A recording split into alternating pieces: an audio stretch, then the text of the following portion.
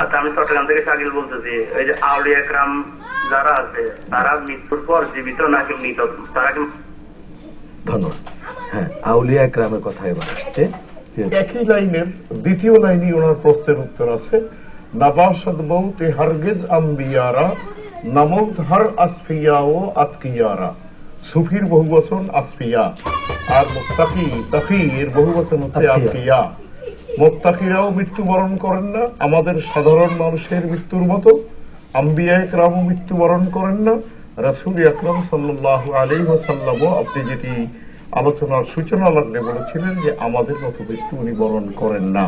যদি ওনার মৃত্যু আমাদের মতো হতো তাহলে আমাদের আজকে মৃত্যু হয়ে গেলে, আল্লাহ না করুক, আমাদের যারা বিধবা স্ত্রী থাকবেন তাদের ইদ্যত অতিক্রম করার পরে কিন্তু তাকে বিবাহের প্রস্তাব দেওয়া, তাকে বিবাহ করা, গার্জিয়ানের পক্ষ থেকে বিবাহ দেওয়া বৈধ। রাসূল আকরাম সাল্লাল্লাহু আলাইহি ওয়াসাল্লামের স্ত্রীদেরকে বিবাহ করা, বিবাহ দেওয়া, প্রস্তাব দেওয়া হারাম করা হয়েছে। কেন? ওর একটি কারণ এই যে নবী আকরাম সাল্লাল্লাহু আলাইহি ওয়াসাল্লাম হায়াতুন নবী। রাসূল আকরাম সাল্লাল্লাহু আলাইহি ওয়াসাল্লামের সম্পদের কেউ ওয়ারিশ হন নাই, এবং যারা কেউ কেউ ওয়ারিশ দাবি করার কিছু প্রস্তাবও তুলে এনেছিলেন, সেখানে কিন্তু ফয়সালা এটাই এসেছে এমনকি রাষ্ট্রের পক্ষ থেকেও যে নবী আকরাম সাল্লাল্লাহু আলাইহি ওয়াসাল্লাম কাউকে ওয়ারিশ করেন নাই। লাম ইওয়ারিসু দিনারাম ওয়ালা দিরহামা, দিনার দিরহামের ওয়ারিশ তারা করেন না। অর্থাৎ কোন সম্পদ যদি তাদের থেকেও যায় তাহলে সেটি ওয়ারিশ সূত্রে অন্য কেউ মালিক হন না। তারও আরেকটি কারণ হচ্ছে উনি জীবিত, কাজে জীবিত ব্যক্তির কেউ ওয়ারিশ সূত্রে তার সম্পদের মালিক হতে পারে না। এটি রাসূল আকরাম সাল্লাল্লাহু আলাইহি ওয়াসাল্লামের হায়াতুন নবী হওয়ার উপরে আরেকটি।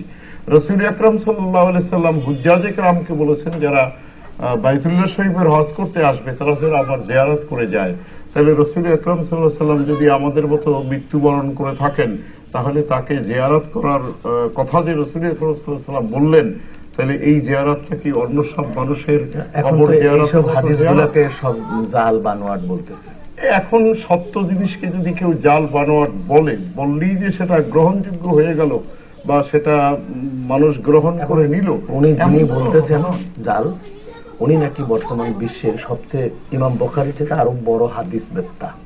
ইমাম বুখারী ভুল করেছেন, উনি ভুল করতে পারেন না। উনি বুখারী শুদ্ধ করে দিবেন, তিরমিজি শুদ্ধ করে দিবেন। এরা জানতো না তেমন হাদিস, ইনি বেশি জানেন। এমন একটা রচনা করে উনি আমাদের বাজারে রচনা করে দিচ্ছেন। সেই লোকটি নাসিরউদ্দিন আলবানীর যার কথা বলছেন আপনি, যে নাসিরউদ্দিন আলবানী এই হাদিসটাকেও সহিহ বলেছেন, যেটি আবু দাউদ শরীফ, মিশকাতুল মাসাবি, তিরমিজি, নাসাই সহ প্রায় 40টি হাদিসের কিতাবের মধ্যে আসছে যে ইন্নাল্লাহা হাররামা আলাল আরদি আন তাকুলা আজসাদ আল আম্বিয়া। কোন নবীর অস্থি, মজ্জা, চুল পরিমাণ গোস্ত ভক্ষণ করা আল্লাহ এই মাটির উপর হারাম ঘোষণা করে দিয়েছেন। সুবহানাল্লাহ। আর রাসূল তো হাদিসের মধ্যে বলে দিয়েছেন ইন্না আম্বিয়া আল্লাহি আহইয়াউন ফি কুবুরিহিম ওয়া হুম ইউরসাকুন ওয়া হুম ইউসাল্লুন। তারা কবর শরীফে জীবিত। বিশেষ করে আপনি মুসলিম শরীফের একটি হাদিস, যারা বুখারী আর মুসলিম ছাড়া কিছু বুঝেন না, সেই মুসলিম শরীফের হাদিসের মধ্যে এসেছে যে আল্লাহর হাবিব বলেন রাআইতু মুসা আন্নাহু ইউসাল্লি ফি কবরিহি ওয়া হুয়া কাইমুন। আমি মুসা নবীকে দেখি কবরের মধ্যে দাঁড়িয়ে দাঁড়িয়ে তিনি নামাজ পড়ছেন। ফোন আসছে, ফোনটা নিয়ে কথা বলি। জি, আসসালামু আলাইকুম।